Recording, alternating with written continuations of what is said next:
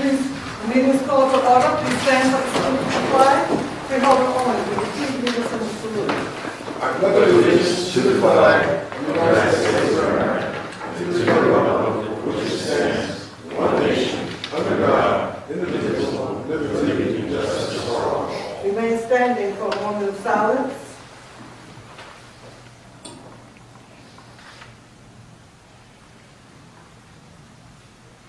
Thank you.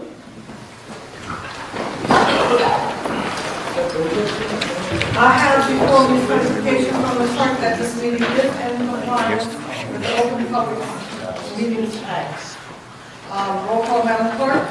Freeholder Beasley, absent. Freeholder Bobadilla, absent. Freeholder Clark, absent. Freeholder Gill. Here. Freeholder Johnson. Here. Freeholder Luciano. Here. Freeholder Owens. Here. Freeholder Vice President Siebel, absent. Freeholder President Watson. Present. Madam Clerk, are there any transcripts to be approved?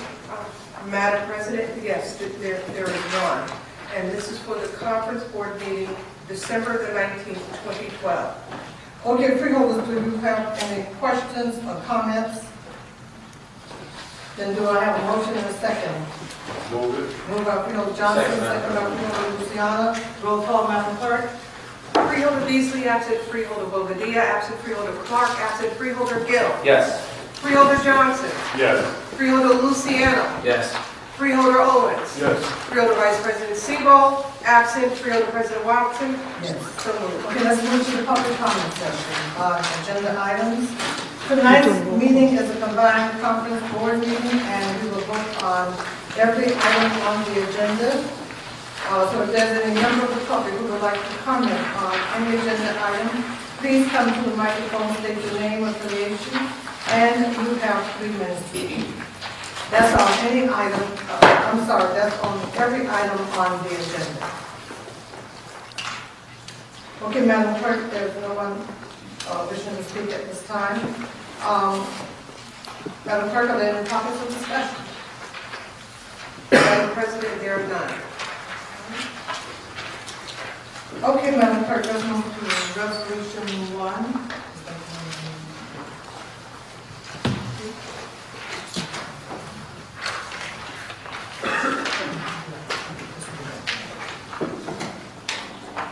Resolution 1, Office of the County Administrative Contractor Works and Business Automation Technologies Incorporated provide and manage Internet services for Essex County agencies, exercise a 1-year contract, option amount not to exceed $38,256. Okay, Ralph, would you explain the resolution for us, please?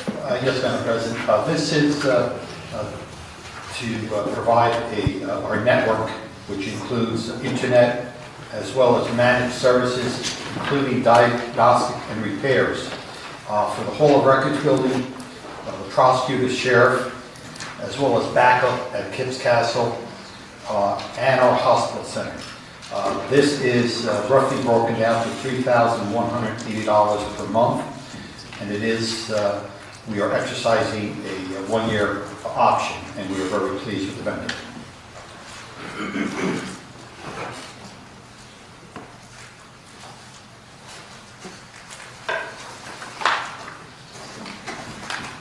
Okay,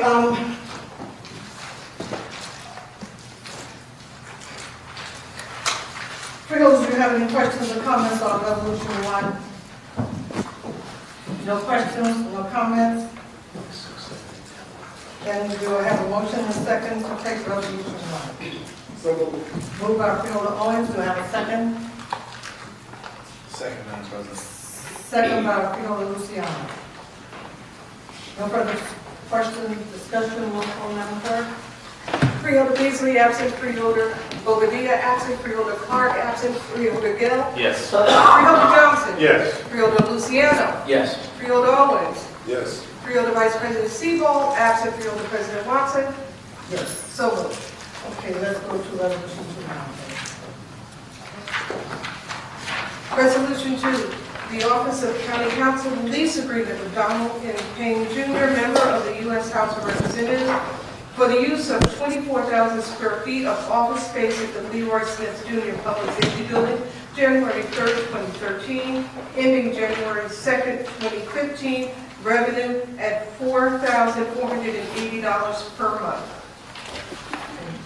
Ralph? Yes, Madam President, this is, as the clerk mentioned, this is revenue to the county. This is for Congressman Payne's district office located next door at the Leroy Smith Building. I'm pleased to announce that this is the same rate as the previous lease. It also includes 10 parking spaces for the life of the lease, which is 2 years. Okay, Freeholders, do I have a motion and a second? Freeholder Owens moved it, and Freeholder Johnson second. Thank you. Discussion on the motion, Freeholders, questions, comments? No questions, no comments? Well, he'll be close enough to us that we can get to him. Okay, I have a motion and a second, and we no further questions, comments. Roll call, Madam Clerk. Freeholder Beasley, absent. Freeholder Bobadilla, absent. Freeholder Clark, absent. Freeholder Gill. Yes. Freeholder Johnson. Yes. Freeholder Luciano. Yes. Freeholder Owens. Yes. Freeholder Vice President Siebel, absent. Freeholder President Watson. Yes. So moved. Madam Clerk, let me just do this. I think I failed to ask if we had anyone from the public who would like to speak on any item. I think I requested that you speak on items on the agenda, but I will now open the meeting up for anyone from the public who would like to speak on any item. You may come to the microphone at this time. None? Very good. Thank you. Let's continue, Madam Clerk. We go with Resolution 3. Resolution 3, Department of Health and Rehabilitation Division of Hospital Center Contract Award to IPPC Incorporated to provide pharmaceutical services at the hospital center, exercising one-year contract option, amount not to exceed $2,400,000. Okay, Mr. Chiaro? Yes, Madam President, this is for pharmaceutical services at our Essex County Psychiatric Hospital. We are exercising a one-year option for March 1st, 2013 through February 28th of 2014. This will be coming out of the operating funds. The vendor is present here this evening. If the board still wishes to ask them any questions, they have been providing the service the past year. And their option here, they are offering us a 25% discount on the wholesale drug price. Okay, Mr. McInerney? Mr. Chair, was this bid and then a decision made to stay with this company and exercise an option? I mean, when was this bid for this contract year, March 1st, 2013? Or was this a prior bid where now you're exercising the option? I believe the original date of the original bid was advertised on January 11th, 2011. So this was a previous bid. Okay, so the memorandum inside is really for the bid that's at 25%. This is for the bid that took place in January of 2011. That is correct. Okay, so that gets us to, and that took effect, I guess, 3/1/11 to 3/1/12. Actually, the contract period for the renewal is March 1st of 13, so I'm trying to go backtrack. I don't have when the original contract started in my documents here, but I could. Is this the second year renewal or is this the third year? Let me see if Mr. George can answer that, or the vendor, I'm sure can. If I can hold the vendor up to the mic.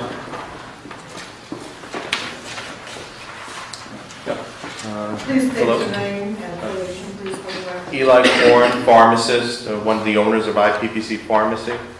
I believe the first contract you were talking of, March 1st, 2011, was a 2-year contract with a 1-year option, which is what I'm here for this evening. So the original contract was a 2-year with a 1-year extension. Correct. That's correct. And I'm assuming the purchasing agent looked at this and it's all in compliance with the purchasing laws with regards to the extended time we can have with one vendor on one type of contract.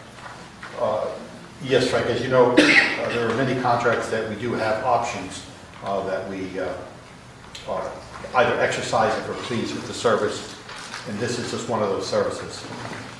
Thank you. Questions, additional questions, freeholders? I just have one question. Could you tell us, I'm not complaining that your price went down and it's 25% less than last year, No, that's not correct. No. Am I correct? The, What was the difference in your price than last year? the original contract was at a 24% discount, and the new contract is 25. So in the original bid, we had put in for an additional 1% for the third year. Okay, so it's 1% more than it was last year. That's right. And the reason for the increase? It's a decrease, actually. I mean decrease? When we were putting in, it was a bid, so we just felt that would secure our position in securing the bid. Usually, I guess from bidding, it's the lowest bidder, so that was the reason for increasing the discount. Questions for Norris? Madam President. Yes. So I didn't see it in the memorandum. You're working with the price list? We're working off an AWP price list, correct? It's an average wholesale price list that's published, that everybody kind of follows. And the 25% was in your original bid then? That's correct. Okay, that's Yes. what I was looking at. Yes. Additional questions, freeholders? Comments? Okay, no additional questions or comments. Do I have a motion and a second? Moved by Freeholder Johnson, second. Second. Second by Freeholder Gallo. No further additional questions, comments, freeholders? We will roll call on the clerk. Freeholder Beasley absent, Freeholder Bobadilla absent, Freeholder Clark absent, Freeholder Gill, Yes. Freeholder Johnson, Yes. Freeholder Luciano, Yes. Freeholder Owens, Yes. Freeholder Vice President Sebo absent, Freeholder President Watson, Yes. so moved. Let's go to resolution four. Resolution. Well, thank you so much. Thank you. For the information. You're welcome.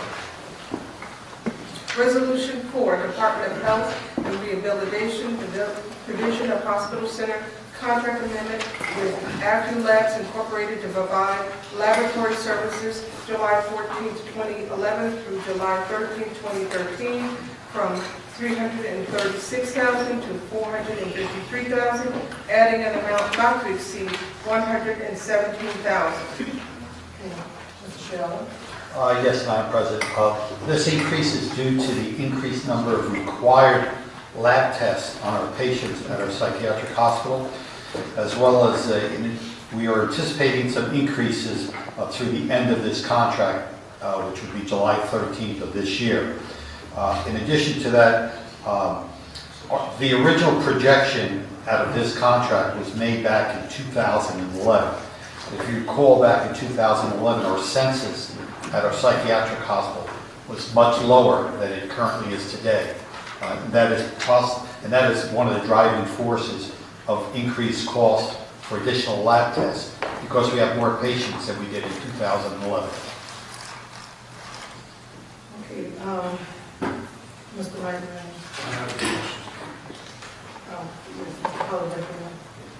Well, this is about a 25% increase over the low bid.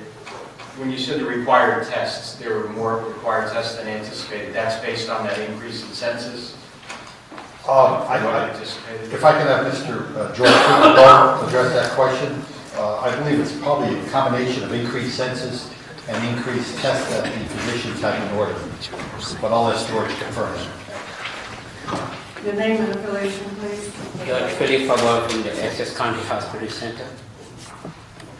Sir, my question was, it's a pretty marked increase, 25% above what was bid. And Mr. Chilella remarked that there was a large increase in the census. Is that the reason for the increased amount of testing, or are there more tests required by statute, by doctor's orders, or some other reason that causes this increase in contact? Madam President, that is part of it. Part of it is the increased census that we had in last 2012 to 2003. But additionally, our patients, the population that we're having now, they're coming in more sicker than we used to have before, so which require additional tests to be done to them. And also, besides the additional patients that are coming in sicker, they are coming in with all kinds of medical problems that require additional tests taken for them. Okay, so it's a combination of additional population and more tests per patient. Yes, and the type of population that we're dealing with. And this contract goes through the middle of this year, it looks like? Yes.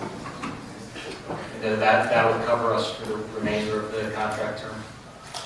Through Madam President, yes, but I might even add, Michael, this was a bid for the price for tests. It wasn't a 25% change order. It wasn't bid for dollar value of a contract. No, I understand. It was per test. Right. And the more tests you use, obviously, the contract award went up. But it wasn't a bid that the firm did $336,000. Right, that was for the total number. Exactly. No, I know their cost is going up, our need is what is going up. Correct.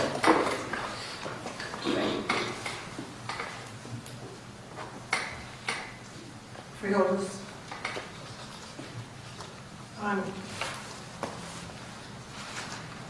I'm looking at the introduction of the memorandum, and it says as of December 6, 2012, $251,576 has been expended against the contract.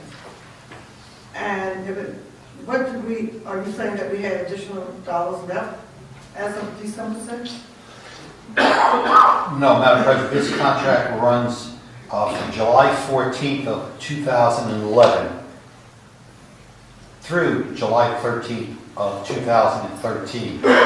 We are anticipating by July the need for the additional $117,000 for tests. So this will make us whole from the end of the contract terms. So we anticipate the additional dollars that we asked for, not that we That is correct, Madam sure President. that we will need it. Well, I think what drives this is back in 2011 when they made the projection on how many tests they thought they would need. Obviously, they fell short because of the census. I think now with a more accurate census level and a more accurate history of prescribing tests, they can accurately forecast this. So this should be very close to what we will be expending by July 13th of this year. And that includes the patients that we have from other municipalities. Through you, Madam We're taking President, that into it consideration. includes the entire census of the facility. Yes. And some of the costs will be charged out to the other Through you, Madam President, the way the formula works is that we are reimbursed for our county patients who reside in Essex at a rate of 85 cents on the dollar. For those who are residents outside of the county of Essex, their reimbursement rate is at 100%. When you do the composite of county residents as out of county residents, I think the blended rate is around 91 cents. So you can pretty much gauge that this contract, we will probably receive 91 cents on the dollar back from the state. So for the record, and that's why I asked the question, I want you to put that on the record to make sure that we understand that the out-of-county residents that we take care of, that is not costly to Essex County, no additional cost to Essex County. Not at all, Madam President. Okay, additional questions, comments, freeholders? None? Do I have a motion in a second? Motion motion by Freeholder Owens, do I have a second? Second. Second by Freeholder Gill. No additional questions, comments, roll call, Madam Clerk. Freeholder Beasley, absent. Freeholder Bobadilla, absent. Freeholder Clark, absent. Freeholder Gill. Yes. Freeholder Johnson. Yes. Freeholder Luciano. Yes. Freeholder Owens. Yes. Freeholder Vice President Seabold, absent. Freeholder President Martin. Yes. So moved. Okay, let's move to Resolution 5. Resolution 5, the Department of Citizen Services Division of Welfare, contract award to Youth Community Harmony House to provide transitional housing services for eligible homeless families January 1st, 2013 to December 31st, 2017, amount not to exceed $3 million per year. County share $150,000 per year. Mr. Sheila? Yes, Madam President, this was a competitive contract. We do currently have two other vendors that are providing this service that will run through December 31st of 2014. They are Transitional Isaiah House and Amity Transitional Housing. This is adding a third vendor. The funding for this particular program is broken down as such. We receive 50% funding from the federal government, 45% from the state government, and the county their share is 5%. This particular vendor has been providing this type of service and has had experience in over 29 years in providing housing for this population. Very good.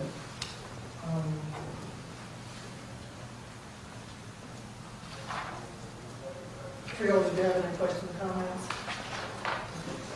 Madam President? Yes. Freeholder Johnson? Yes, we should be having a meeting about the welfare department and things of that nature. Don't we have one coming up? I don't know, Freeholder Clark is the chair, Right. and Madam Clerk, We don't have anything on schedule. scheduled for that. Not as of Well, yet. I would like to have a conversation with Freeholder Clark because there are some things, because as you know, I work for Senator Rice in that capacity in that office, and we get a lot of calls. And there's some questions and some things that I have about some of the things that are going on and the way they're going on in the department. So I will hold that for a committee meeting, but I just want to put that on the record. In reference to the homeless, in reference to the welfare clients and things of that I nature. think we have a director here, would you care to have the director come? Madam President, I would prefer You would prefer in a meeting? Yes. Madam President, Yes, would like to reach out to the chair of that committee and schedule a meeting. Yeah, that would be perfect. Okay, additional questions, comments, comments? Question, Madam President? Yes, Freeholder Gill? Just an informational question. Just in the contract, on page 17, it lists the rates at the days in residence. Are those rates based on the amount of time they spend in the residence, or understand how that? Through Madam President, if I could have Ms. Davis, the Director of Welfare, address that question. Ms. Davis, will you please come to the mic?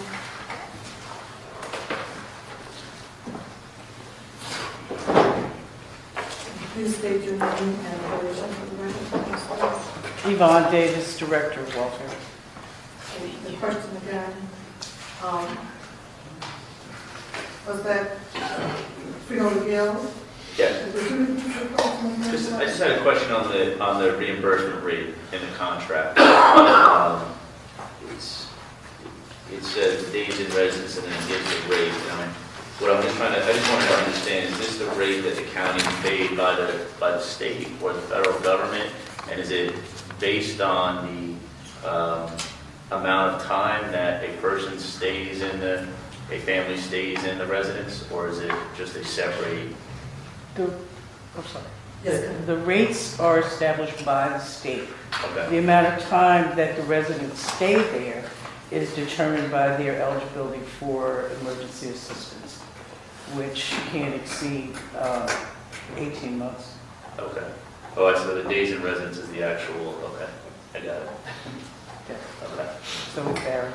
fair, okay, thank you. Additional questions, comments? For the record, Madam Clerk, you know the card, Mr. President. And you know the card for your information, we are on Resolution 5 from the Department of Citizen Services and about that. And normally I know you, this is your committee. Do you have any questions at this time? No, this is something that we do routinely in terms of transitional housing, so just want to say thank you to Ms. Davis for handling things as expeditiously as she does. I had to make a phone call lately and everything was taken care of, so thank you.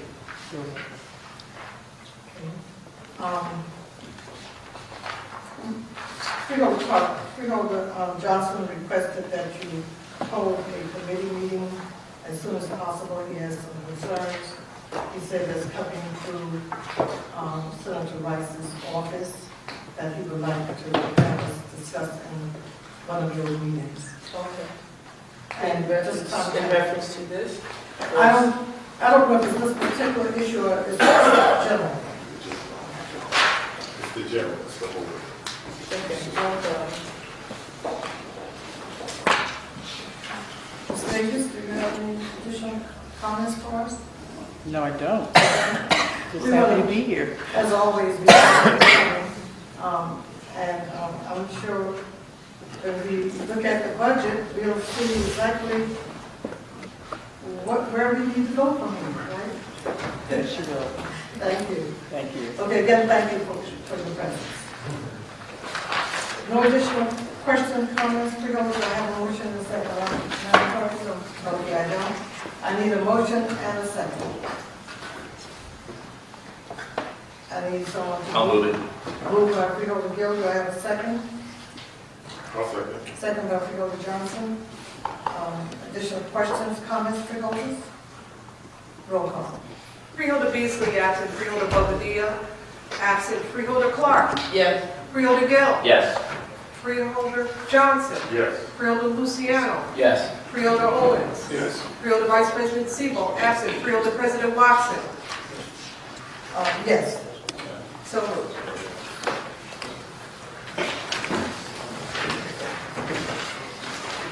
Thank you. Okay, we'll move to 6, and let's take, Madam Clerk, let's take resolution 6, 7, let me see, 10, 8, 10, and 11. Okay, you want to read all 3, Madam Clerk? Yes, 4 of them. 5. Okay. Resolution 6, 2013, temporary emergency appropriation for the State of New Jersey Department of Children and Family and Human Services Advisory Council, Department of Citizen Services, $68,859. Resolution 7, 2013, grant agreement and temporary emergency appropriation from the State of New Jersey Department of Children and Families for Family Court Program Division of Youth Services, $240,293. Resolution 8, 2013, temporary emergency appropriation from the State of New Jersey, the Office of the Attorney General, Department of Law and Public Safety for Juvenile Detention Alternatives Initiative, Innovation Funding, Division of Youth Services, $120,000. Let's take 9 before we get.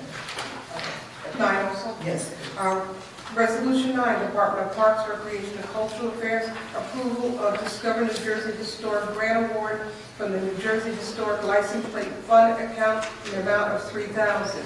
Resolution 10, 2013, temporary emergency appropriation from the State of New Jersey Historic License Plate Fund and account for Essex County Historic Holiday House Tour, Department of Parks and Recreation, Cultural Affairs, $3,000. Resolution 11, pardon me, Madam President. Resolution 11, 2013, temporary emergency appropriation from the State of New Jersey, Department of State, New Jersey State Council on the Arts for FY13 Local Arts Program, Department of Parks, Recreation and Cultural Affairs, $1,035. Okay, Mr. Shalala, will you start explaining this? Start with 6 first. I'm sorry. Yes, 6. 6 is the budget insertion from the state of New Jersey. This is to provide for our Human Service Advisory Council. As you know, they encourage public input and participation, and they also coordinate the efforts to improve the human service delivery. You want to go on to number 7 as well? Yes, and then I'll ask some questions. Number 7 is another grant from the New Jersey Department of Children and Families for the Family Court Program. This funding will provide for staff positions to maintain as well as administer the electronic monitoring, home detention program, our evening program, and other family crisis programs at our youth detention center. There is a $4,024 in-kind match. Resolution 8, insertion of funds from the state of New Jersey, $120,000. This is funding for our detention center for programs for work readiness, employment, skills training, transportation assistance, as well as bus tickets. There is a 5% administrative cost of $6,000 for this grant. Resolution number 9 is the approval of a grant award to the New Jersey Historic License Plate Fund in the amount of $3,000 to conduct historic holiday tours in Essex County. Resolution 10 is the actual insertion of those $3,000 grant award from the Historic License Plate Fund. And finally, Resolution 11, insertion of funds from the State of New Jersey State Council on the Arts. This is for grant monies that the county will re-grant to local nonprofit organizations for various special projects or general operating support. Okay, thank you. Freeholders, we will take 6, 7, 8, 9, 10, and 11. Questions, comments on 6? None. 7, 8, 9, 10, and 11. Freeholders, all 2013 temporary emergency appropriations from the state. Do I have a motion and a second? Quick question, Madam Yes, President. Freeholders, Bill. On resolution 11, how do we inform the art groups?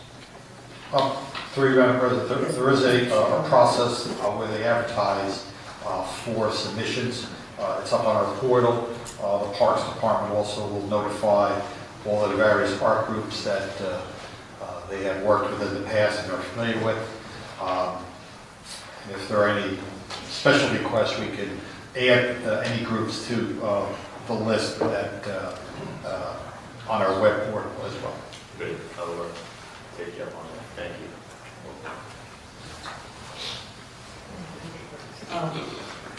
Do I have additional questions on 9, 10, 11?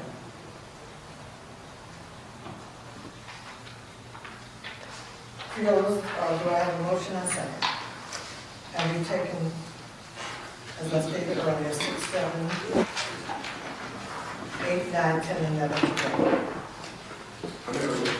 Move Freeholder Owens. Do I have a second? Second. Second, Freeholder Gill. Further discussion, Freeholders, roll call on the part. Freeholder Beasley absent, Freeholder Bobadilla absent, Freeholder Clark, Yes. Freeholder Gill, Yes. Freeholder Johnson, Yes. Freeholder Luciano, Yes. Freeholder Owens, Yes. Freeholder Vice President Sebo absent, Freeholder President Watson. Yes. So Okay, Madam Clerk, let's go with 12. And we'll take 12 and 13 together.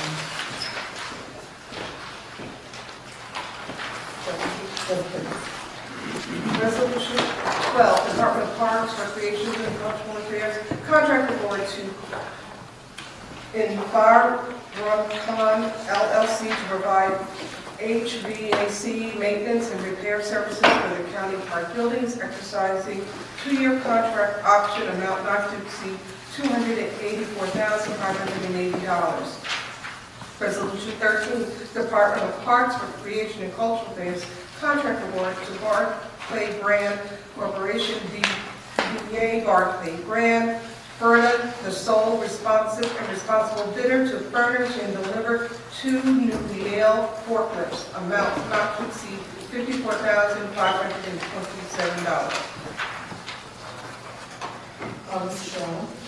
Resolution 12 is our Parks Department contract for air conditioning, maintenance, and repair services for all of their county park buildings. We are exercising a second-year option on this contract. The department is pleased with their turnaround time and their repairs. This is an open-ended contract as needed. And the original contract, I believe the expenditures for the last 2 years, the department spent roughly $279,000. Resolution 13 is our Parks Department contract with the Barclay Brand Corporation to provide 2 new forklifts. One will be located at our maintenance garage in Bridgebrook. The other will be assigned to the Cody Arena. Both forklifts are direly needed and will be replacements. Thank you. Fred. Yeah, this also is similar to the last contract we spoke. This was a 2-year contract because it was awarded in January of 2011, which went to January 2012, and 12 and 13. And this is a 1-year extension of a 2-year contract. Correct? It is. Because it says it was awarded on January 20th, 2011.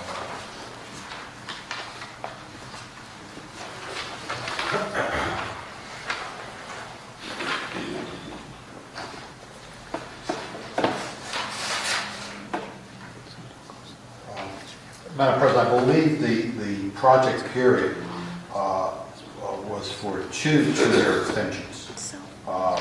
The second extension is based on the original amount plus a 2% index rate increase. So we had a 2-year contract which had a 2-year extension. That is correct. That does not have to go out to bid after 2 years. Well, if they were exercising the option. This was let October 19th of 2010 was the date of advertising on the original bid. So effectively, we're 4 years with under the same bid. On this particular contract, you're absolutely correct, Frank. And again, I don't recall off the top of my head, but I'm assuming that is permissible. That we don't have to go out to bid after the first 2 years. That we can have a contract with somebody with extensions for 4 years without bids. I know we've had contracts before with extensions. I'm just not used to seeing 2-year contracts with 2-year extensions. So I'm not saying, clearly not saying it's wrong. I'm just saying it's something that I'm a little uncomfortable with, only because I'm not real sure. And I'm assuming we've got to, of course, that this has been reviewed. Through Madam President, yes, it has been reviewed, but what purchasing and our various departments have tried to do is streamline the process, and they believe that they are getting a better price by offering these extensions in future years. As indicated with the pharmaceutical vendor, basically its initial bid was 24% off the wholesale discount price, and then adding that that revision or that extension, he raised it up to 25% of the wholesale price. So there seems to be some kind of cost savings. But what we can do is actually get confirmation from Frank from our purchasing agent and the brief success that they've had on extending these contracts. I'm not, the success is something that's a matter the administration would be aware of. I'm not questioning that. my question is strictly to the ability to have a bid, 2-year contract, and then without doing the bid process again, going out for another 2 years. And that's, I know there's contracts where you can have contracts for extended period of time rather than 1 year. But those are not, that doesn't come under, those are things like insurances and things of that are excluded under the purchasing laws. I'm just looking for confirmation that this 2-year extension does not violate the purchasing laws that requires us to go out to bid on regular type of service contracts. This is not one of those contracts where you see excluded from the bid laws, or you get the opportunity to extension. Now, maybe I'm wrong about, I don't have the purchasing laws in front of me, but if we could just get confirmation on that,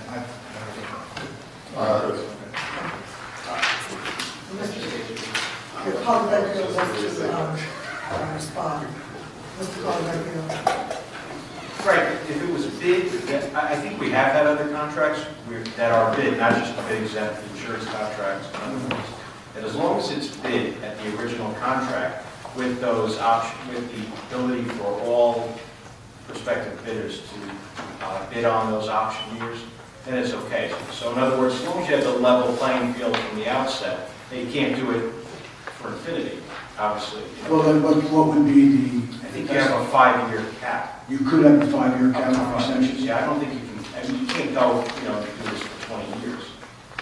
Well, But I'll confirm that, but I think 5 years is the outside on this. Now, it's not a professional services contract, which has a shorter window, but I think for this, I think you're up to 5 years on extensions or bid contracts. for the total amount of time. Okay. Yes. I would like to make a suggestion that we kind of hold this till we're for sure how this is supposed to transpire. Well, my Yes. My ignorance about purchasing laws shouldn't hold us up. The administration and our council are saying that it's okay. And I'm always saying that as I'm going to look at the purchasing law and I'm going to bring it up on Excel on the internet and see by the end of the meeting. But if you want to hold it to the end of the meeting, bring over everyone's hold it. We can hold it. I'll just go back to my office. I'm looking at, in 2011, the person had the second highest bid over in Broadcom. He received the bid for $284. The next highest bidder, lowest bidder was $294. Would that, somebody help me with the math, would that 2% index rate increase that we are putting in now, would that come? Would that be close to the 294? Through you, Madam President, that 2% is based for the renewal, not on the original contract. Okay, so the original amount of 279 and the 2% index rate increase would take effect with the new contract that we approved at the extension. I'm just trying to get a clarification, I'm trying to get an understanding on the math of that.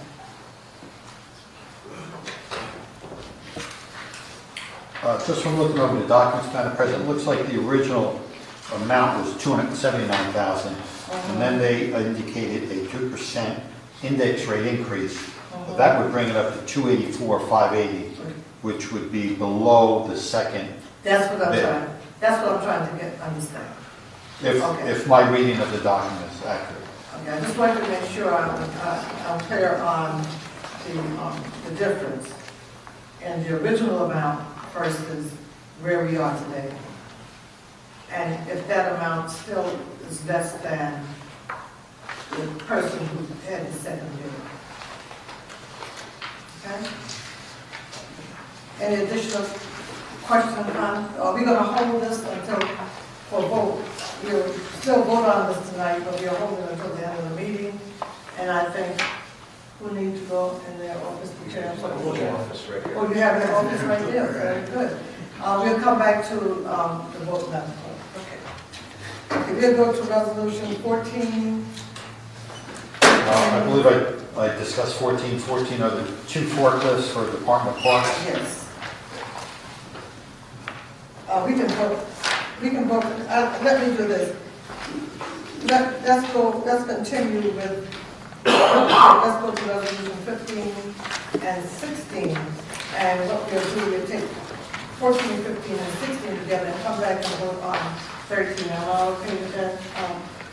Take out the word. Yes. He was only given an explanation of the resolution. I didn't ask for a motion yet. Just for the vote.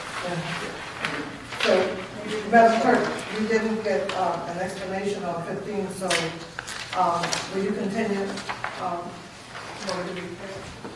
You can read it to the record at a later time, and can read 16 at a later time. Resolution 15 is the Department of Public Works, Division of Engineering, contract with Suburban Consulting Engineering for the engineering, design, construction, engineering, and inspection services for the playground at the picnic area at Turtleback Zoo, $64,990.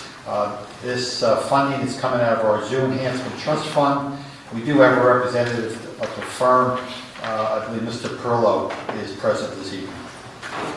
Mr. Ferraro?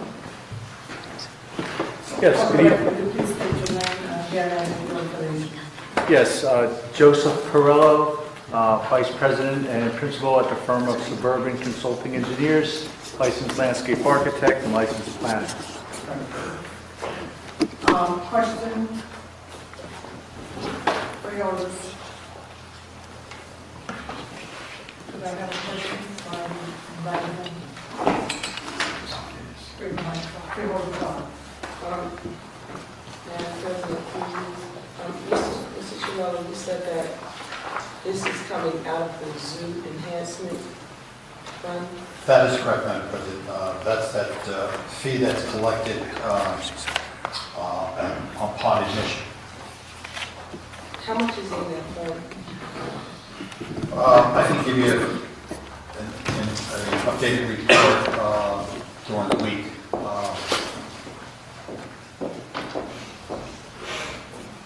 How long have we been collecting those fees to, Through Madam President, I know we collected the entire year of 2012. I'm not certain about 11.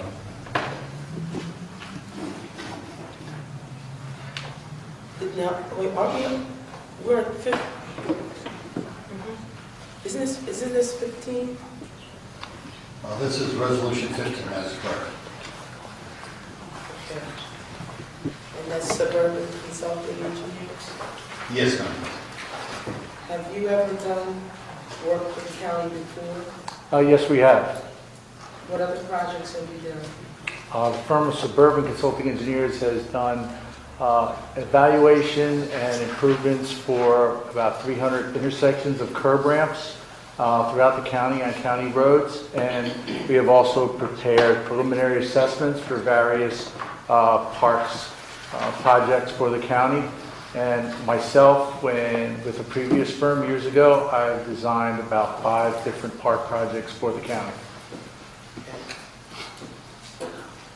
And is this going to kind of like be a DBOM design, build, and build, or are you going to design it and build it? No, it's design, This is simply bid. the engineering and the design work. Yes, ma'am. Mr. Chimello, do you have anywhere in here this evening the actual resolution to do the work? No, Madam President. This is actually the first phase. This is the design phase for this playground. Once they prepare all of the documents, they will also prepare the bid specifications. We'll then advertise that bid spec for the actual construction of this project.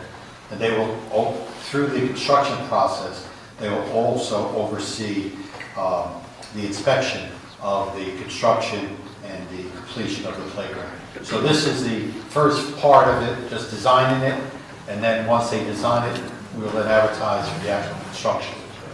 So actually, what you're going to, this company's going to do is design it and then monitor the work as it's being designed. That is correct. To ensure that it's being done to specification and that there aren't any cost overruns. That is correct, as well as our Public Works Department will also be monitoring the project, our engineers, to make sure that they stay on top of the contract. Thank you. Ralph, where is this playground again? Maybe Mr. Grillo can actually, Yes. the location. I'd be glad to explain. According to the request for proposal issued by the County Department of Public Works and Engineering, the existing playground that's at the zoo, right near the picnic area, just next to the carousel, that smaller play structure is being removed. A new picnic pavilion will be designed and installed in that location, and a new playground will be proposed at the zoo off of the elevated boardwalk section that is back towards the stable. In an undeveloped area presently, which will have it'll be accessible and it will be an entirely new playground facility. All right, yes. May I ask a question through you? Go on, Luciano. Thank you. Sir, you said you worked with another firm. Yes, You wouldn't mind putting that firm on the record? it's non-existent anymore, but the name of the firm was Shore and Palmer. Thank you. Okay. Additional, Freehold Park. And your name is Mr. Perillo, right? Yes, Perello. P, E. but you're not part of... No, another engineering firm? Okay. No, I get asked that question all the time. Oh, Different spelling.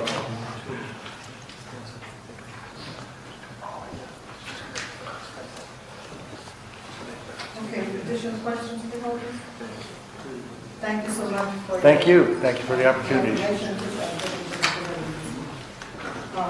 do I have a motion and second to take 14, 15, and 16 together, Freeholders?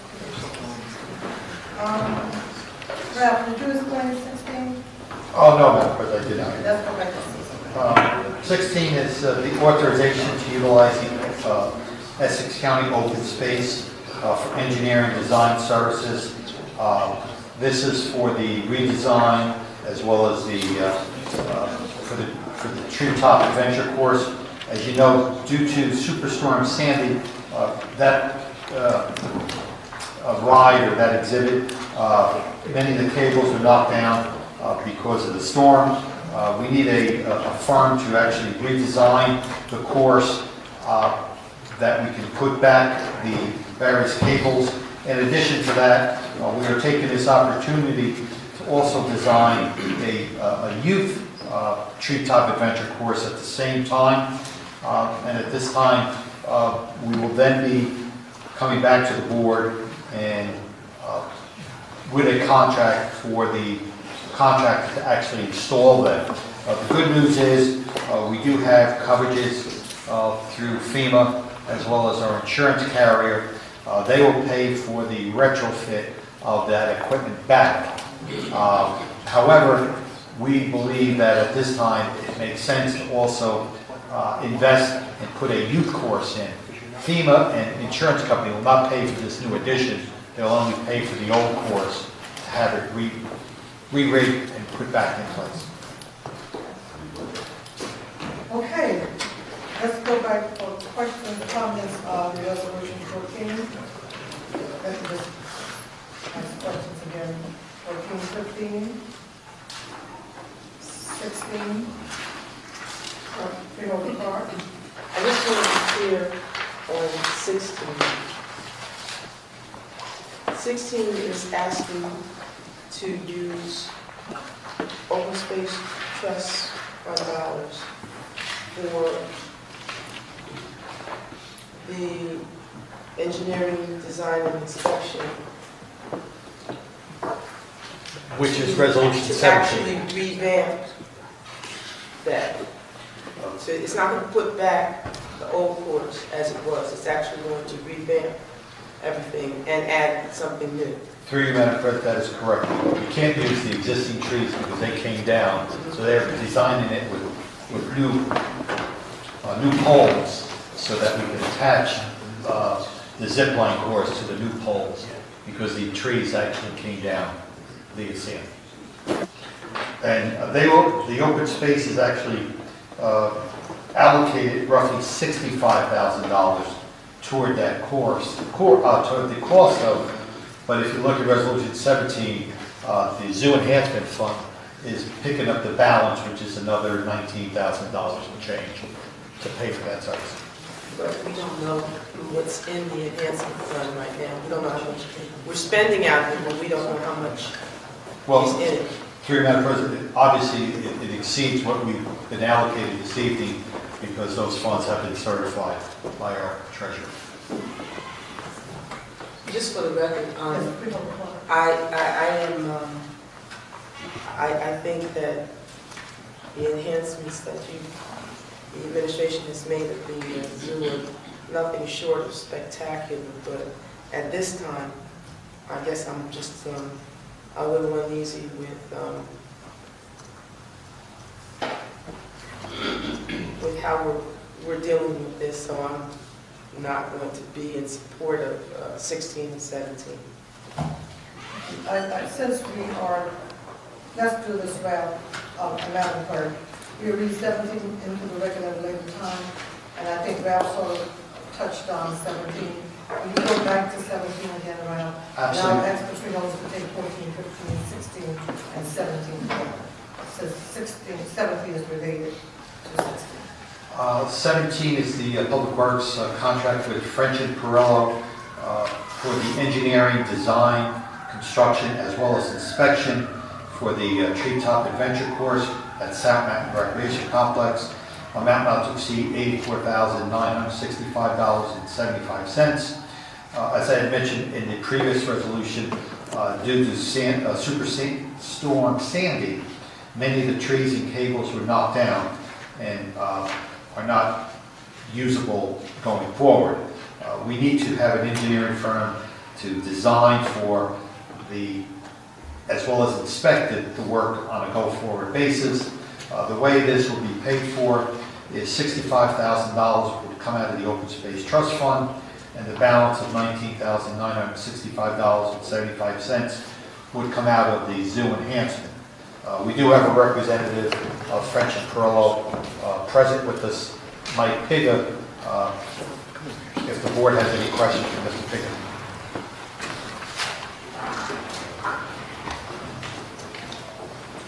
For the record, please state your name and affiliation. My name is Mike Pega.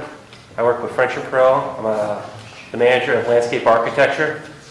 I'm a licensed landscape architecture and a landscape architect in the state of New Jersey. Freeholders, you have someone from the Development Association. I'm sorry. At the mic, do we have any questions? Freeholder Gill. Just a question on the, I guess going back, and I know it was they're calling it a once in a, 100-year storm, but what, and hopefully it was, but just in terms of the inspection that was done prior, and going forward, I mean, what kind of inspection did we do the first time around to, assess these trees and, where we were putting this equipment and, obviously, I just want some, obviously some assurances, I'm sure the administration does too, that, as we go forward here, we learn from this. And again, I would echo what Fielder Park said. I mean, I think it's great. I think it's fantastic what's going on there. But, I do have some concerns about both what happened prior and what we're going to do differently going forward. If Mr. Piga could address that, I believe he was involved, or at least brought an arborist to make sure that the healthiness of the trees and them being able to utilize for this, but I'll let him address that. That is correct. Initially, during the design phase, we had a certified arborist come in and look at all the trees that we were placing the course on. Subsequently, after that, the DCA came in and did their own inspection of the course and looking at what we had to do testing and everything of that nature.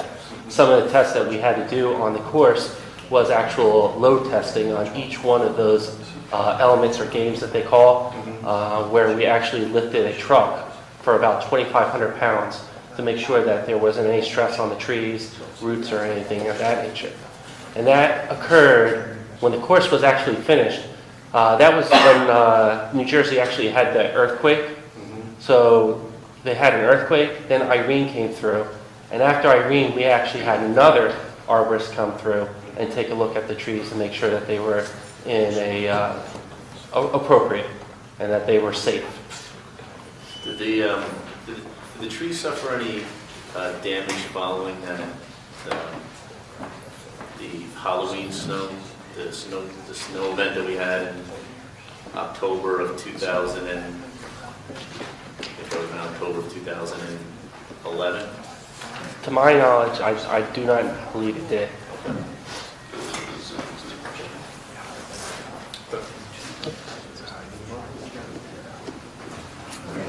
Additional questions for y'all? Brown, you know, in our leadership meeting, we talked about those poles and the adding the poles in the area. Yeah, I think. And the suggestion that I made, do you remember? Yes. Could you just kind of discuss that? I mean, you don't have to discuss it tonight. I will make sure. It won't cost us any additional dollars. I will definitely make sure our Parks Director reaches out to the designers and hopefully it will incorporate it. I guess we better let the field know what we're talking about now. Through Madam President, we discussed that we didn't want the, I guess, from the roadway, just to look at steel poles. Right.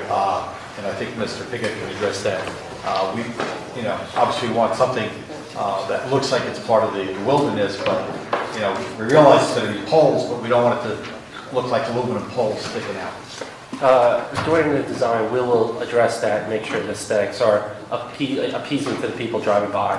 And our intent is not to, you know, defame the woods over there at South Mountain. Thank you. Okay, additional questions, comments, freeholders? If none, Madam Clerk, we have these four resolutions for a while, and I have a second, I want to thank you. Let me do it. Freeholders, do I have a motion and a second to take 14, 15, 16, and 17 together?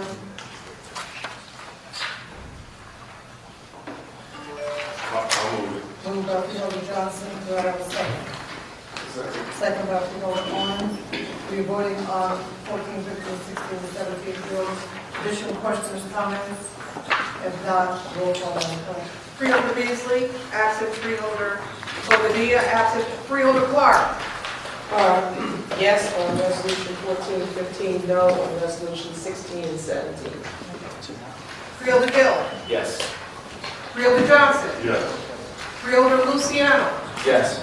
Freeholder Owens. Yes. Freeholder Vice President Sebo, absent. Freeholder President Watson. Yes. So moved.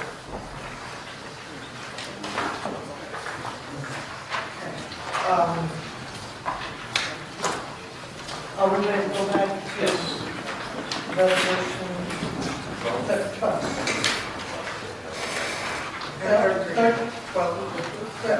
So we voted on 12. No, 13. 12 and 13 together.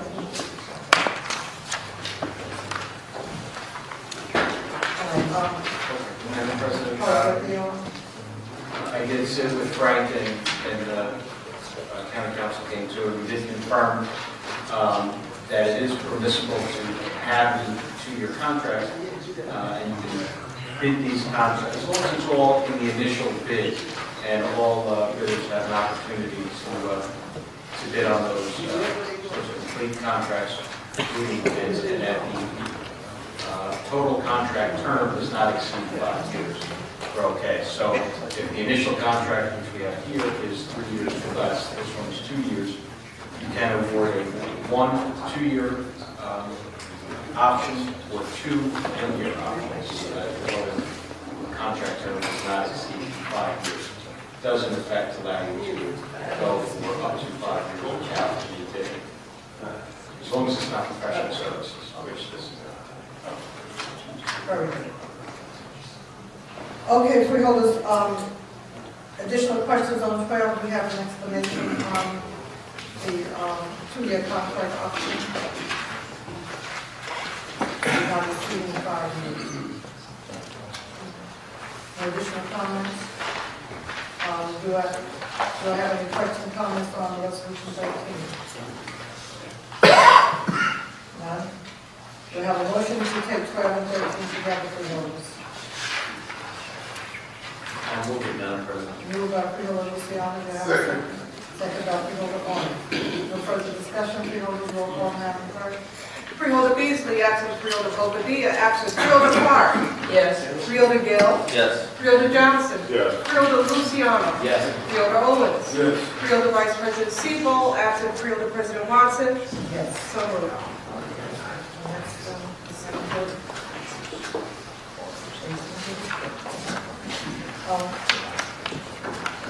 You can read that into the record. Resolution 18, County of Essex Professional Services for the Engineering, Design, Construction, Engineering, and Inspection Services for the new treetop of sugar. Madam President, I'll start again. Reading another resolution.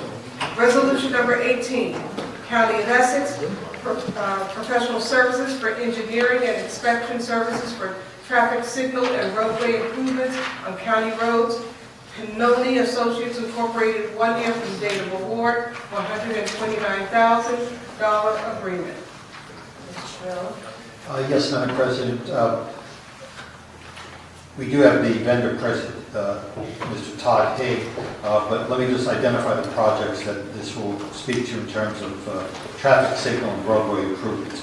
It includes Park Avenue, Overton Parkway, Park Avenue, Park Street in the townships of Orange and East Orange, Belleville Avenue, Union Avenue, Belleville Avenue, and Branchwood Park Drive in Belleville, South Orange Avenue and Glenview Road in South Orange, Park Avenue at High Street and Glenwood Avenue in Orange and East Orange, and Park Avenue and 4th Street in Newark. Would you please state your name for the record and your affiliation with the company? Yes, it's Todd Hay, H-A-Y. I'm the Civil Site Division Manager on the Edison, New Jersey office. Okay. Want to tell us a little about your company?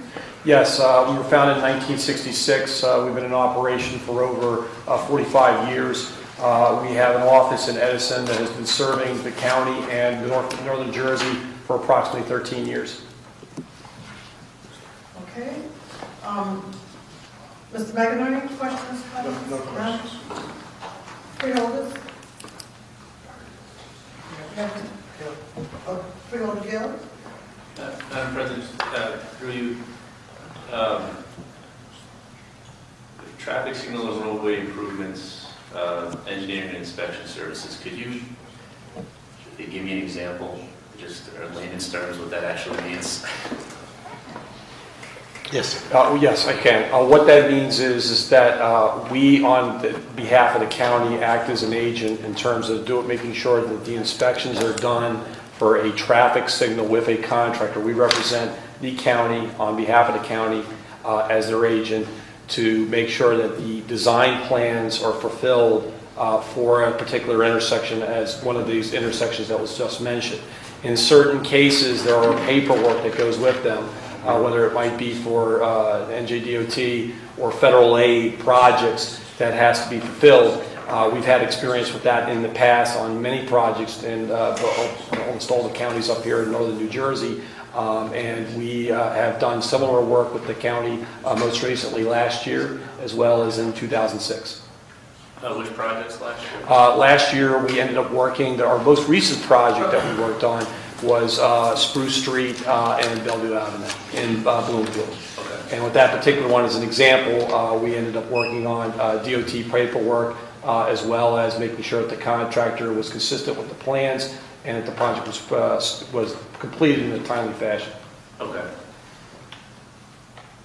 My question is more, I guess, would be more for on the design phase. You know, as you know, I'm a proponent of complete streets, and when we're designing these, projects going forward, I'm hoping that our county engineering department will be making it a prerogative to, to incorporate that type of design into these roadway improvements. I guess it's more on their side than on necessarily your.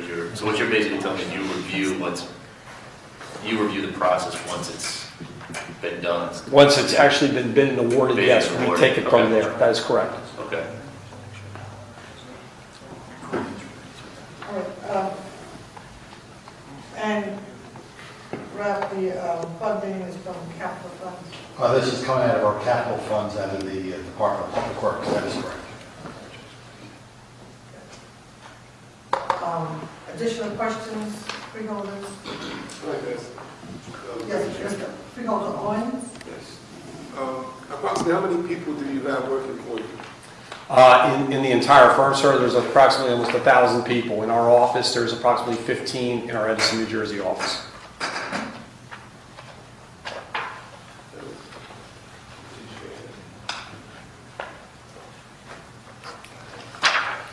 Did that answer the That's my question? Very good. Additional questions, freeholders? No questions? We'll have a motion and a second to take resolution 19.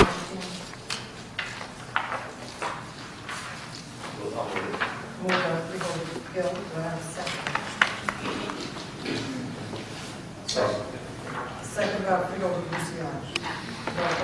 Questions, comments, freeholders? No additional questions, no additional comments? Roll call, Madam Clerk. Freeholder Beasley absent. Freeholder Bobadilla. Absent. Freeholder Clark. Yes. Freeholder Gill. Yes. Freeholder Johnson. Yes. Freeholder Luciano. Yes. Freeholder Owens. Yes. Freeholder Vice President Siebel. Absent. Freeholder President Watson. Yes. So moved. Okay, Madam Clerk, let's go to resolution 19, 20, and 21, Department of Public Works.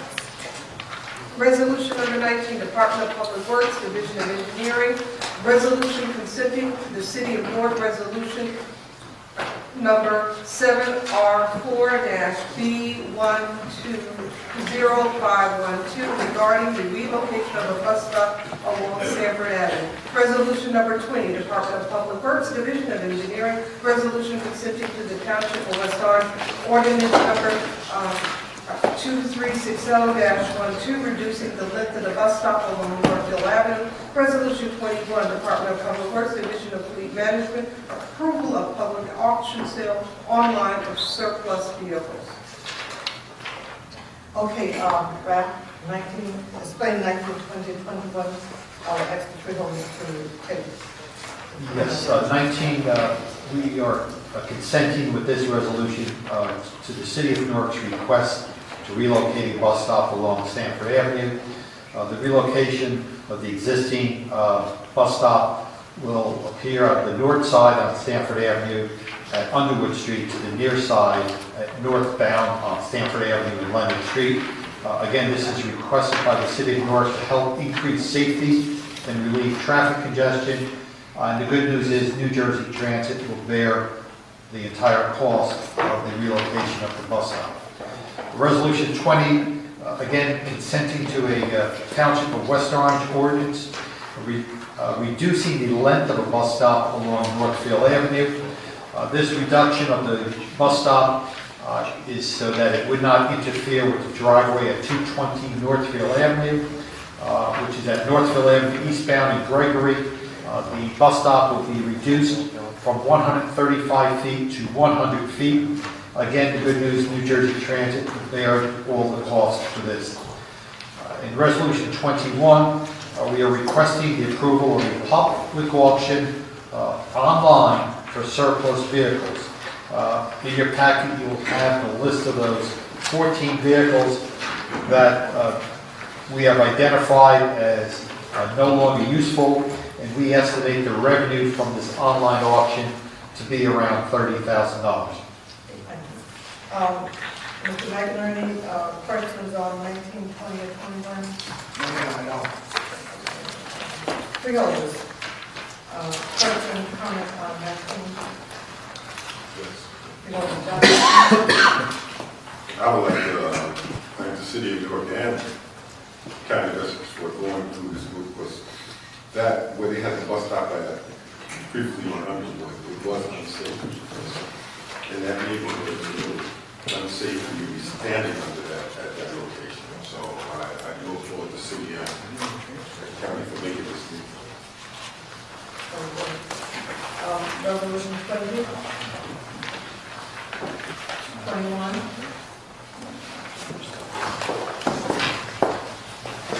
Okay, do I have a motion and second to take resolution 19, 20, 21 together? So moved. Moved by Freeholder Parker, and second. I'll second. Second by Freeholder Johnson. Discussion, Freeholders, additional discussion, if none, roll call, Madam Clerk. Freeholder Beasley, absent. Freeholder Bobadilla, absent. Freeholder Clark. Yes. Freeholder Hill. Yes. Freeholder Johnson. Yes. Freeholder Luciano. Yes. Freeholder Owen. Yes. Freeholder Vice President Sebo.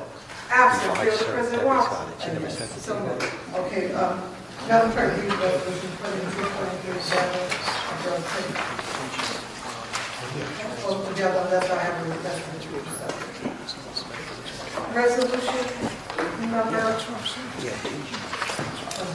I don't think Norm did that yet. So we're going to take 22. He's identified those funds. Yeah. Resolution 22. Frank, I give you Department of each account Administration and what's coming Finance out. Office of Human Resources contract amendment with Aetna Incorporated for the 2012 health employee health insurance plans from $62,838,000 to $65,807,000, adding $2,969,000. Resolution number 23, Department of Administration and Finance, Office of Purchasing Contract Award to the 8 lowest responsive and responsible bidders per item on a unit cost basis to furnish and deliver clothing supplies to Essex County agencies for 2013 and 2014, amount not to exceed $500,000. Mr. McInerney? I don't know if the administration wants to go first on this. Oh, yes, let me, I'm sorry. Would you explain resolution 22 and 23?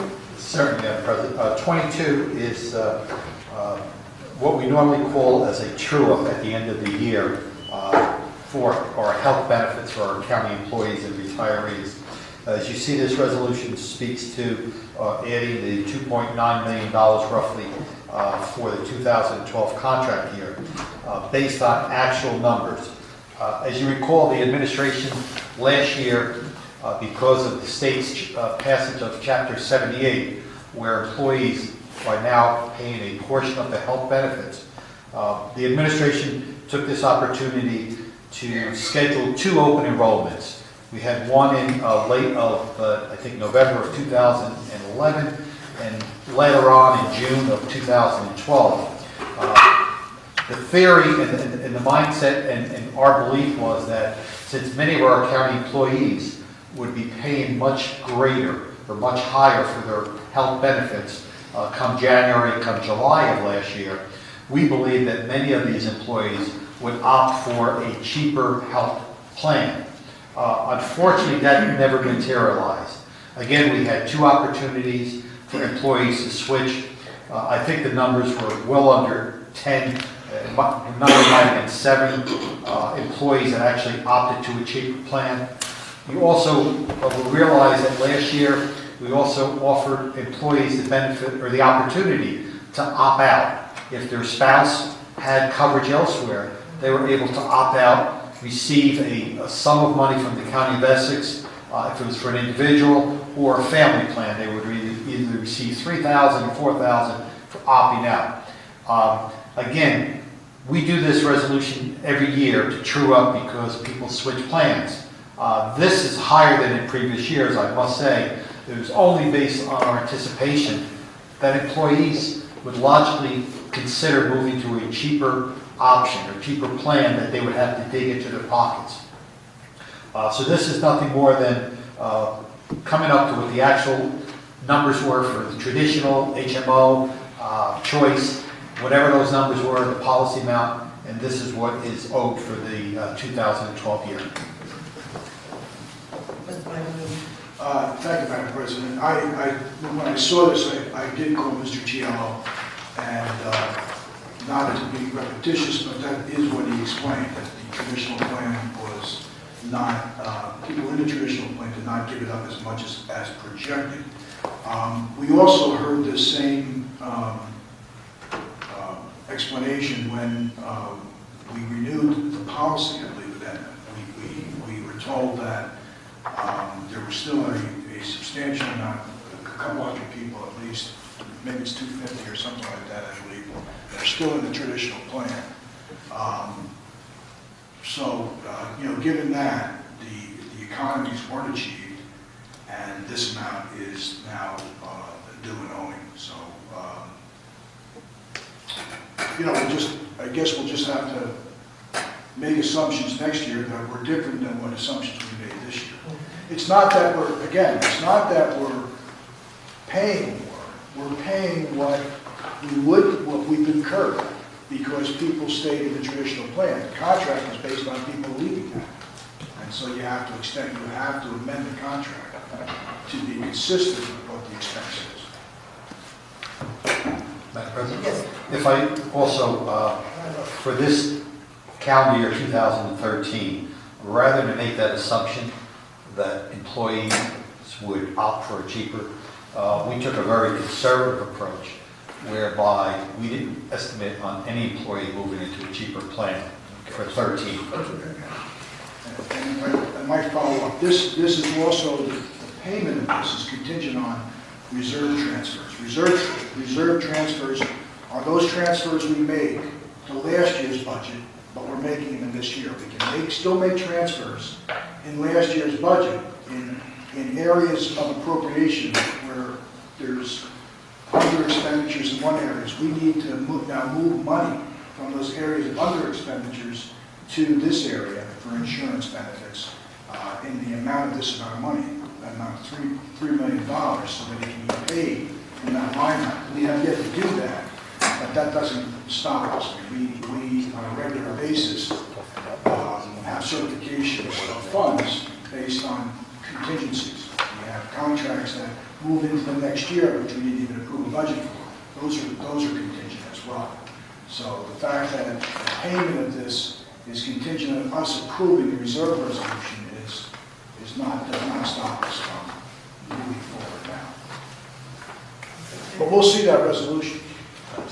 It'll come in, and you'll see that money moving up there. And we have the money and those funds? We do not have we have the cash to pay for it, obviously, but we don't have the authorization to pay another $3 million out of the insurance line item.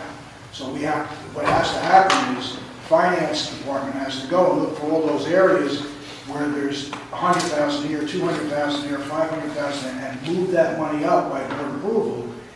When it equates to $3 million, move it up to the insurance line item. So we'll see all these negatives coming out of line items like hospital center, we usually have money, you'll probably still see some money coming out of there, and you'll see $3 million going into the insurance line item.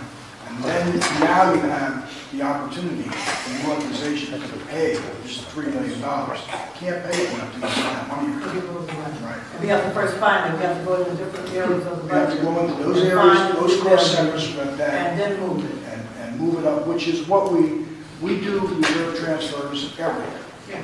But this one must be challenging because you got to find $3 million to move up, which also means that come the end of the year, when we look to some of those appropriation reserves that lapse and come into our fund balance, it's not going to be there this year.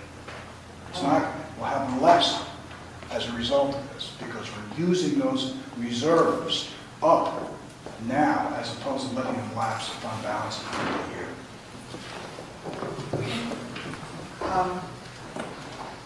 Freeholders, questions? Freeholder Clark? I just want to be clear on this. This is actually taking care of an overage in 2012. This has nothing to do with anything that is going forward in insurance premiums for this current year. Correct. You're correct. This is for premiums owed for the year 2012. And I want to be clear on that part, the premiums owed, because when we had our committee meeting and we had Aetna and Connor Strong here, and that was prior to them presenting a contract to us to vote on. We had an opportunity to vet it in committee. Correct.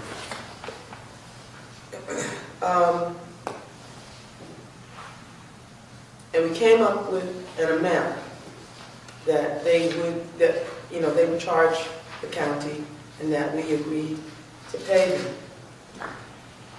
Now, are we saying with this resolution that that amount was not sufficient? No? Through you, Madam President. Yes. If I could try to clarify this way. Our health benefits consultant, Connor Strong, submitted a bid for services to the County of Essex. And in that number, it was for professional service to search out various health carriers as well as work on a volunteer benefits program. This has nothing to do with that. That is for the calendar year 2013. Okay. This is for individuals that we had believed would have opted out of a more expensive traditional package and might have moved to a choice or an HMO plan. That never materialized. So they stayed in traditional, which is a higher premium. And you calculate that premium over a full year, and those savings that we have anticipated never occurred. That is what this resolution is speaking to, the actual true-up for 2012 with Ed. In any budgeting process, there's always there are always dollars that are reserved, contract reserved to clear up any arrearages from the previous year. Even though we're in 2013, we've not necessarily fully closed out 2012. That's right. That's correct. And so there are contract reserves. How much did we have for contract reserves in the insurance line? None. How could we not have anything for contract reserve in an insurance line? And the reason, I have to ask this question. How could we not have anything in the contract reserve line for insurance when we go through this? This isn't the first time we've gone through this. This isn't our first rodeo with insurance premiums and with us not being sure what they were going to be like at the end of the year. As a matter of fact, that was one of the main things that Aetna shared with us when I went berserk about the premium for this year. Because they said, well, you know what? Sometimes we don't know what's going to happen. We don't know what kinds of catastrophic things might occur in terms of an employee or whatever, and that could drive up what we had to pay out more than we anticipated. And so I guess if we have contract reserves for other things, why wouldn't we have it for insurance? Madam President, Yes, Mr. McInerney? you don't mind. I can tell you this, we don't have contract reserves of $3 million. No, I understand that. Typically, you might see some level of a reserve left over. Right. That's not to say that there is any left over. There's nothing, we don't budget in a way that we budget so that there's money left over at the end of the year. Right. The reason why there's money left over at the end of the year is because budgets are estimates. And you will see that in small departments with salaries and wages, there never is a reserve because they know exactly who's going to get paid that year. the smaller departments. And so when you get the other expense line items, yeah, there are areas where there are monies left over, and that gives you the flexibility of transferring that money to areas where you assume you're going to have over expenditures. And we're able to do that effective November 1st. If we had monies left over in the insurance line item, in the reserves, then we wouldn't be transferring $3 million. Assuming we had $1 million left over, we would only need to transfer $2 million. So that's not to say that it came out to exactly zero, but I would suffice to say, I would believe, and I have those numbers in the car actually, I would believe that the reserves in this line item are nominal, because they're asking us, they're having to go back and looking through all the reserves to come up with $3 million to put in there, exactly the amount that they require here. But I can find out what that amount is in today. Okay, and I hear what you're saying about that. I guess that is why, Mr. Chilelli, you probably said that going forward in 2013, you kind of like have thought this out, because this isn't the first time that we've had to experience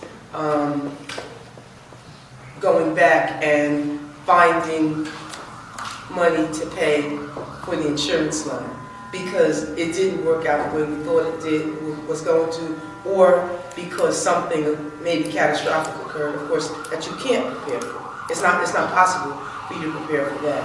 But if this wasn't due to something catastrophic and was simply due to a gross underestimation on our part, then yeah, I mean, because now the question remains, who had what left over in their budget lines, and how do you go and pull it all together to take care of this? I mean, I know that in past, like say for instance, and the only reason I'm thinking that right now is because I see Mr. Pagnelli sitting there. There have been times when there have been settlement of suits, and so you have to go and you have to try to piece together the funding to make sure that you have the money for that. But this is a lot, an awful lot, and that's why I get apoplectic when it comes to insurance, and why I think that I still think we need to have a conversation with health insurance carriers relative to the premiums that we pay. This is a lot, and it's all on the backs of the taxpayers. And I mean, but by the same token, you don't want to deny an employee who expects health benefits from getting it. You can't deny them from getting it. It's something that we have said that we were going to pay, and we do have to pay it. But how we arrive at these overages and stuff like that, I think we need to understand it. Now, I don't know whether there's any subrogation that we can look towards in this venue, and so you're shaking your heads no, so then that's off the table. So now, I mean, do we ever, is there anybody who looks over these bills? You know how Mr. Pino checks things at the hospital center to try to see when we get cost savings? Is there anyone who does that for us with this? Through Madam President, HR does that. However, we had known probably like around September-ish that the numbers were not savings that we had thought from the employees shifting. We had known this in September, but rather than come back to the board like we do every year for true-ups with the actual bill as we come back one time, we know the exact number of employees that were in Blue Select, traditional, calculate what that premium is, what that is, and we come back once to this board. You're right, this is more than we've ever come back for true-ups. And I can only state that, I guess, since the inception or the passage of Chapter 78, which is something new to all municipalities and counties, that this actually had a major effect on trying to forecast and project where employees would end up sometime during the course of the year when their payments for coverages increase basically twice last year, in January and in July. Okay. Enough said, I'm not going to belabor the point. Freeholders, we're on resolution 22, additional questions, comments? Resolution 23. Draft. 23, Madam President? Oh, sorry. 23 is the Office of Purchasing Contract Award to 8 of the lowest responsible bidders on a per-item unit cost to furnish and deliver various clothing supplies to various county agencies for the years 2013, 2014. These are various clothing that are required for our inmates at our correctional facility, our detainees at the Juvenile Detention Center, and our patients at our psychiatric hospital. And this is an open-ended, as-needed contract. Okay, Mr. McEnroe, do you have any questions on? There's no. Okay, Freeholders, Luciano. Through you, Madam President, I don't want to revisit it, but I just had a quick question for the administrator for Resolution 22. Okay. Ralph, if we are adding close to $3 million on the contract, do we have any idea if that includes an increase for the broker fee? Through my President, I believe that is the actual premiums that are paid. I don't think it has, but I will confirm that with our HR department, but I don't believe so. Thank you, Ralph. Thank you, Madam President. Additional questions for Freeholders on 22, 23? If not, do I have a motion to take 22, 23 together? Freeholder Owens, Freeholder Owens moves it. Do I have a second?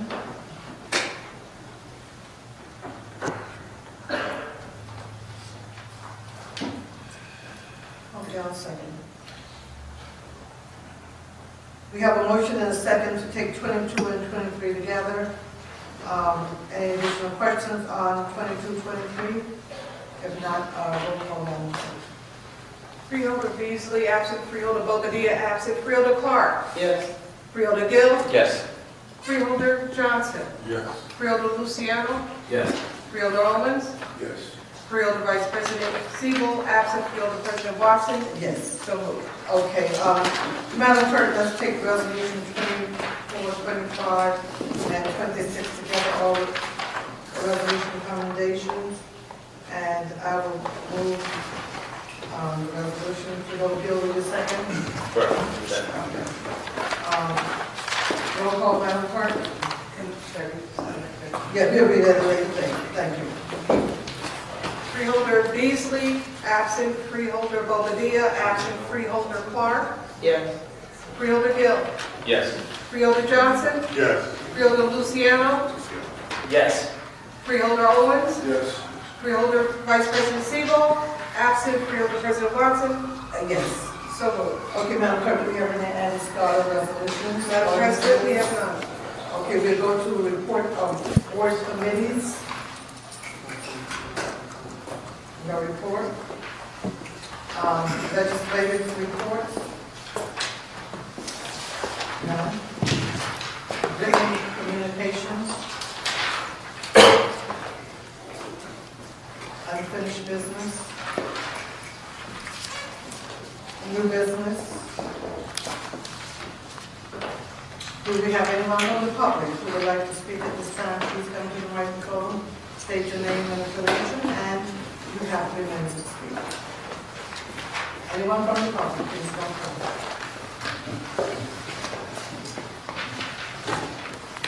Good evening, Madam President. Jeremy Barata. Before I get started, Can you repeat your name again for me? Jeremy Barata. Okay, thank you. Before I get started, I don't know if I missed it, but resolutions 24, 25, and 26, were they acted on? Yes, they're all resolution commendations. Well, I want to comment quickly on resolution number 26. I just want to thank this board for finding out about that bill and taking action on it. I didn't know about it until I read about it in the agenda. I actually did have a chance to read it and send an email to various sponsors and co-sponsors about some technical issues that I think need to be fixed in the bill. But overall, I think that this board deserves a thank you for, again, finding out about that and supporting it. So, having said that, I'd like to ask a question about resolution number 5. I understand that the county is putting the share on the rest of the state. But my question is regarding this contract to provide transitional housing services. Is there anything that the county is doing to police how that money is being spent? Are there any efforts to visit these facilities, make sure that they're operating in accordance with law, that their licenses are up to date, that they're respecting their clients' rights and whatnot? Is the board doing anything to oversee that? Right, and we will respond to you in writing to give you details on how we go about doing the inspections and monitoring. Thank you. With regard to item number 30, excuse me, correction, forget that. Item number 31, resolution number 23. The resolution says that for clothing supplies for Essex County agencies, but I've heard the gentleman speaking correctly. Basically, those agencies are the Essex County Jail, the juvenile jail, I don't know what we call the juvenile jail up here, but the juvenile facility, and psychiatric hospitals. The county has a psychiatric hospital? I did not know that. Yes. As patients in hospitals in the state of New Jersey are by law allowed to wear their own clothes, I can't imagine that there's too much need for jumpsuits over there. So am I correct in understanding that basically you spend $500,000 to buy jumpsuits for inmates? Okay, that question again will be answered to you in writing, and we will advise you on exactly, if not to exceed, but we will advise you on exactly which of the county agencies will be utilizing the clothing supplies. Thank you very much. Very good. And again, thank you for your comments. Good evening, Madam President, chosen freeholder. Douglas Freeman, District 44, South Ward, P.O. Box 4252. On January 19th, we met with the South Ward 5th Precinct and Captain Venable and discussed some of the highlights that the county has offered towards Weekway Park on Elizabeth Avenue side. And they also offered their assistance in policing the outer side of the park and being able to come up with a community day on Elizabeth Avenue side. With that being said, we highlighted a lot of the things that need to be repaired, and some of the stuff was discussed over last year. But I don't have enough time to come back up. The paddleball area, there's still the water spots that's on the court. We spent a lot of money on this project, and we need to repair it and brought up to standard where they can actually use the court without having water spots. The gates to the shed, we now have the assistance through the ISP. Every Saturday we're able to receive a numerous amount of guides, and we need the shed to put equipment in. Structures that's down, I think I mentioned this last time that we need an inspection of the bathhouse. We would like to have that open for this year, summer, for the programs that we're looking to offer. The tennis court has a crack on the fourth side, and also the lights don't shine as bright because of the trees need to be trimmed as far as the branches. The barbecue pit area needs complete overall reconstruction. We need our landscaper firm in Weekway Park to redo all the trees and the structures and the turfs, just like everybody else's park. I've been looking at the agendas. Excuse me, will you please try to sum up for me? Okay. You have 30 seconds. I'll come back. Okay, but this is your last time? This is it? We would like to have a meeting with the freeholders, Madam President, to discuss the rest of the stuff that's on our agenda. Do we have anyone else from the public? I don't know if that should be. My name is Ed Wadu, citizen of Essex County. It's in reference to the Weequahic Park first tee. Again, there has been no oversight on the progress or the plans for the first tee that the community is involved with. We asked last week at the meeting that, through you, Madam President, that we have some type of oversight on the first tee. The mission of the first tee is for any kid from the age of 7 to 17 to participate in a program that is universal, internationally ordered by its mission, through education, through training, through golf. Now, we had a building, part of the building put on to the clubhouse so that we could teach during the winter months. But we had kids signed up, 22 kids, signed up for the SAT course, a free instruction, and out of the 22, we had one kid to show up. We need some help from this body to oversee the First Tee's mission, its original mission, so that our kids can be matriculated and travel. Because during the summer months, the kids who are certified from Claire to Par to Birdie to Eagle, they travel through the structure of the First Tee. And the only thing they have to do is to be certified. And through you, Madam Chairman, I would like to know how many kids in the First Tee since 2006 have been certified through Essex County First Tee. We need to know this. They're holding our kids back. You have to look at this program. Thank you. Thank you. And as always, Mr. Waju, we will respond to your question in writing. Do we have anyone else from the public who would like to speak at this time?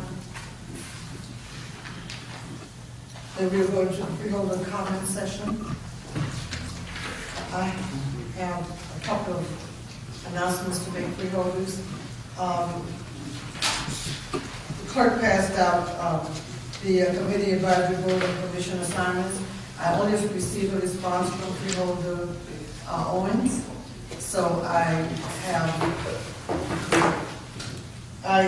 took it upon myself to continue to assign freeholders to committees. We will put this on for next week for a vote to at our next week meeting. And so if you have any questions or comments or concerns, please contact me prior to our next week meeting. Okay? And thank you, the newest member of the board responded. So we want to thank you for your votes. To the freeholders, you have again in your package the committee reports for 2012, and it's on CD for your review. We also received in reference to, and I will go respond to that when I go over my questions and public comments. On Saturday, we will start our budget hearings. It's been announced and advertised. It will be here at the Hall of Records, January 26th, and the budget hearings will start at 9 o'clock, and we will go through 3:30 p.m.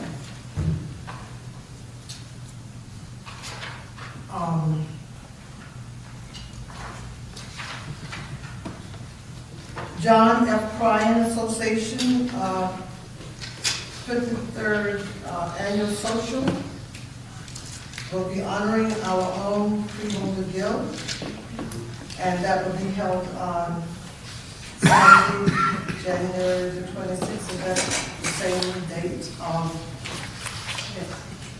our meeting. Don't worry, Madam President, I won't leave until the hearing. Fantastic. Until the hearing is done. And we will try to, it's a method to my madness. So the rest of you can't leave until we go to Delhi. Okay? All righty, we definitely will support you, freeholder. Let me, on behalf of the board, we have 2 board members that's recovering. Freeholder Sebo had a slight accident. She's out, and we expect her to be out for at least a week or 2. And Freeholder Beasley is still recuperating, and we ask for your prayers for both of our members. We haven't seen Freeholder Beasley for a couple of meetings, and now Freeholder Sebo will be out for a couple of weeks. Hopefully just 1 week. We pray that she will recover speed and fast. So we ask for your prayers.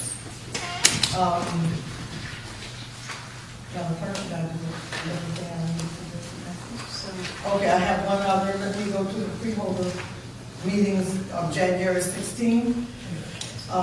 Freeholder Gill expressed his opinion that fees charged to for-profit recreational and sports organizations. He also asked that he looked forward to meeting with the administration to discuss other ways to increase fee revenue. And we will be scheduling a meeting, Freeholder Gill, with you, with the administration to discuss other ways that we might increase fee revenue. We can have, if any other freeholder would like to sit in on that meeting, please let the clerk know. We cannot have no more than 4 at one time. Freeholder Clark asked for a report on the improvements made to the West Side Park building. Still waiting for a response from the administration. The budget consultant, Frank McInerney, asked for a spreadsheet, show funding sources on which source will fund each repair by contract. That was resolution 30 at our last meeting. The memo was sent to the administration on the 18th. The response was sent out on the 23rd. Freeholder Clark requested an update, possibly from topic discussion on the first T program, including financial reports. T upheld the end of the agreement to provide funding, and whether the appropriate treatments have been given to Greens and Fairways, so they'll be ready when the season began. We sent the memo Freeholder Clark to the administration on the 18th. We're still waiting for a response from the administration so we can schedule that meeting. Is that right? Jeremiah Ferraro, and I hope I'm pronouncing that correctly, asked if the Office of Small Business Development and Affirmative Action of the county is doing anything to reach out to veterans, to encourage and assist veterans businesses. The memo was sent to the administration on the 18th, and the response came back on the 23rd, and the letter will be sent out on the 23rd. Did you receive a copy? I did. Very good, thank you. Mr. Freeman asked if the county can inspect buildings on the Elizabeth Avenue playground and asked if they are structurally sound. And he also asked for funding vendor would be allocated for recreational programs and what the program should be. The memo was sent to the administration, and the response is still waiting response from the administration. However, we have scheduled a meeting with the Weekly Park Association to discuss what programs will be and what programs exist in the park. And do you have that date of the meeting? No, I don't have that date. Okay. As soon as we receive the date, I think Mr. Freeman, you asked if you will be able to attend, and we will notify you. Also, Freeholder Owens asked if he could attend that meeting, and Freeholder Johnson. So we'll let you know as soon as that meeting is scheduled. Madam President, I will try desperately to be there, but I have ongoing negotiations which are keeping me tied up. But I will be here. Okay, very good. Thank you. Donald Jackson expressed his concern about crimes, specifically carjacking, and when the community and elected officials will meet to formulate a plan to stop these crimes. The memo was sent to the administration on the 14th. We received a response from the Sheriff's Department on the 23rd. You have that report from Sheriff Arturo. We will make sure that this report is sent to, it was mailed out to him already. Okay, it was mailed out today. And Freeholders, the report is interesting. I expect you to read the information that's in this report is really, it's sad that we have to look at the number of carjacking that occurred in this county, recent statistics. And the statistics we received was compiled by the New Jersey State Police. So I don't know, maybe at a later date, we'll sit down with the Sheriff Department to see if we're going to start any initiatives or something different than we are doing to try to address the carjacking issues. Okay, any additional questions, comments, Freeholders?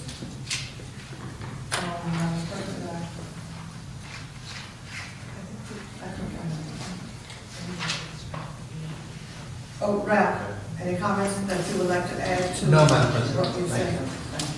Okay, if not, then a motion to adjourn, and a second.